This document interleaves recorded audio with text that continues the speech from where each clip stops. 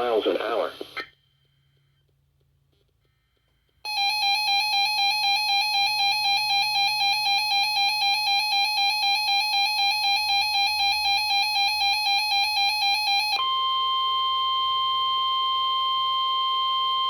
The National Weather Service in San Diego has issued a required weekly test for the following areas in extreme southwestern California: Orange County, Riverside County, San Bernardino County, San Diego County, and the coastal waters from San Mateo Point to the Mexican border and out 60 nautical miles, including San Clemente Island.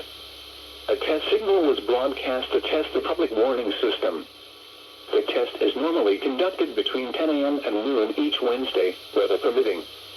The signal was also used to test the activation and emergency readiness of the Skywarn network of radio operators.